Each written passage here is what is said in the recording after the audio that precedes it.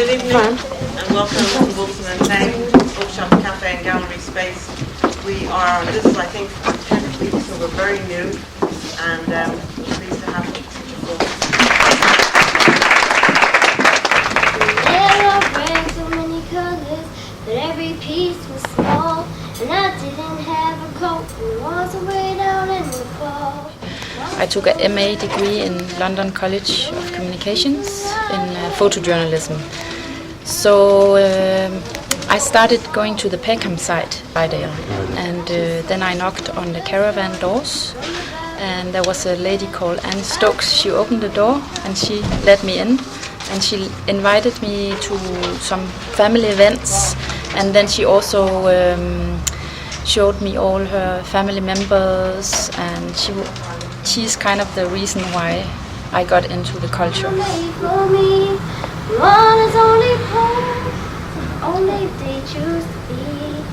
I know we had no money, but I was rich as I could be. This is actually one of my latest pictures, which is one of my favorite ones, because Tina Marie, she is 4 years old, and she's sitting in a leather chair, and she has jeans on, and she looks very contemporary, but there's something about her face that looks very timeless. Traveler girls, even though they are, I think the more you get to know them, the more you get to know their sensitive side as well. And first they are viewed as many as very loud and maybe proud, but I think they are very complicated, and the more you get to know them, the more you see all these different sides in their characters, and that's what I find very interesting. And how long have you known her? 1.5 years. This is a picture of Maureen Stokes, and she's one of the main characters in my story. She's the mother of the kids I photographed, and she is a traveller. She grew up in Sheffield and Ireland. They don't only live on sites, they also live in houses like this lady Maureen. She lives in a house, and I think in many ways it isolates travellers from their own culture.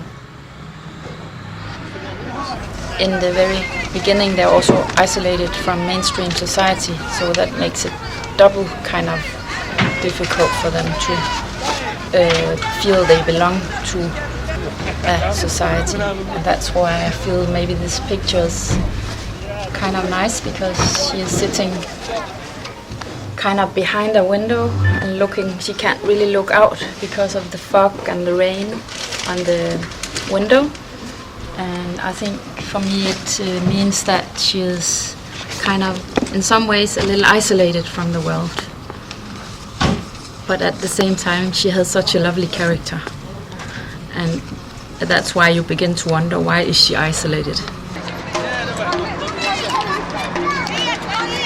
Interesting statistics that the Cardiff Law School put together a few years ago.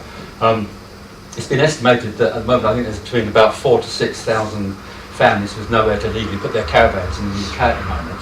It's a figure that's often bandied about.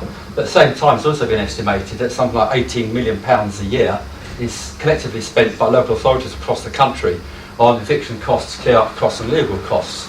So basically the sedentary population is spending 18 million quid a year keeping about 5,000 families on the move, keeping them in Tesco's car parks, keeping them on sports fields, basically just chasing them around the country.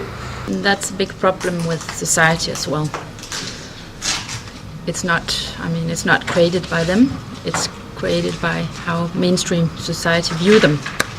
They're afraid of them, and that's because they haven't met them.